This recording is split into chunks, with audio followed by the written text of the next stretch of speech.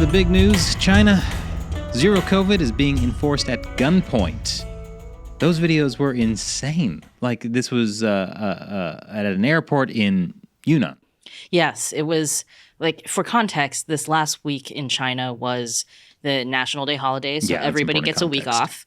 So imagine 1.4 billion people all trying to take vacation at the same time. When there is a zero COVID policy in place. Yeah, so a lot of travel was really far down from where it would have been pre-pandemic. But still, a lot of people were going to some of these tourist areas, and this place in Yunnan, Xishuangbanna, is like, it's like the Dai minority. Like, have you seen the peacock dances and stuff like that?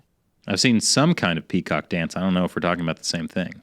Okay, well, it's famous for beautiful mountains and, you know, this kind of stuff. So it's a popular tourist spot. So it's kind of like people were going to, like, Yellowstone Park or the Grand Canyon or something like that. And then it went into sudden lockdown in the middle of the week. And people were very upset. Yeah, so what happened was a bunch of tourists got stranded at the airport because nobody was letting them fly out. And then they started to complain and protest. And then apparently it's not very clear from the videos whether these are security guards or police. Because, yeah, you can't really identify somebody when they're just wearing the, you know, the dabai, big white suits. Yeah, so they're carrying, like, substantial guns. No, Shelley, those are just the latest in thermometer temperature reading. You just hold it to somebody's head and they start sweating. There you go. I mean, I don't know. I suppose it's possible they could have been riot weapons and not, but, like, they didn't look like it. They didn't look like any riot guns I've seen that they looked like guns.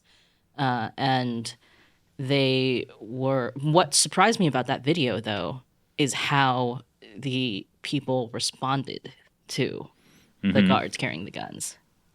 Definitely. It was interesting because it feels like the lessons of Tiananmen Square have been forgotten.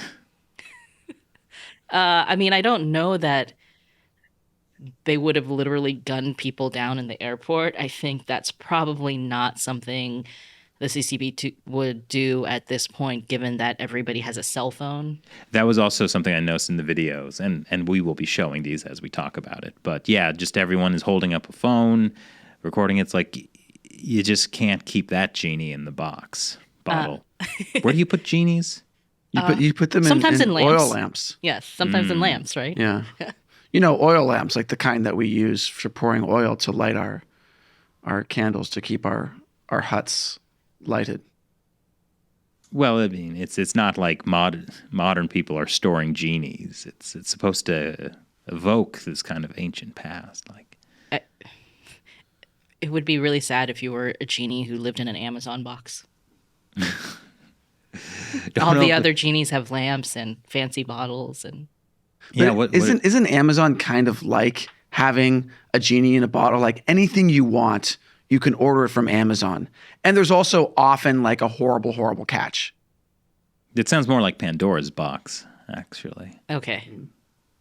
So COVID at gunpoint. Well, my favorite video is probably one where there's two women who are just screaming at the police about how dare you have, like, guns in here? We're the Lao Baixing, you know, we're the people, like, there are children here, you know, why do you have guns? Are you trying to protect us? And they're just, like, screaming in these cops' faces, even though they have large weapons. And the party has proven over the years that it's always willing to kill Chinese people. But it hasn't done that in probably, I mean, not since those women were very young. It depends on what you're talking about. Are you talking about in Xinjiang? Are you talking about in Falun Gong? Are you talking about locking people in their homes to starve to death? No, okay. I was talking about gunning people down. The mass kind of thing, yeah. But no, but, like, outside of, like, you know, the big kind of, like, Tiananmen Square mowing people down, people know the Communist Party is willing to kill Chinese people. Like, that kind of fear has kept Chinese people in line for a long time. Right. It's just that the Communist Party realizes it's much better to kill people sort of in private where there's no video cameras and then you don't get the publicity, which is quite negative. I found the same thing. Okay. Whoops. All right. So I think the difference here, though, is people feel like all those other people deserved it. Yeah. Somehow, like, if the Tibetans weren't causing trouble, or if the Uyghurs weren't terrorists, if the Tibetans weren't splitists, if the Falun Gong weren't like weird, wacky, like religious cultists, like or whatever. So the outrage now, I think, with the zero COVID is a lot of these people are like, hey, but we are the Laobaixing. Like, we're the people, It's what every persecuted group in China eventually realized. Like, hey, we're just normal people. What are you doing? Yeah. So but they didn't gun down people in the airport. They apparently took most of the tourists to quarantine hotels. Some of them may have been taken to quarantine camps. It's not very clear, but there was also other video coming out of the same area from last week of literally residents just escaping over a wall with suitcases. Yeah. Just fleeing, because that is the level of support that the zero COVID policy has in China right now. Yeah, it's kind of amazing. They still keep pushing it. And I know there are reasons for it, but it's so hated by the people.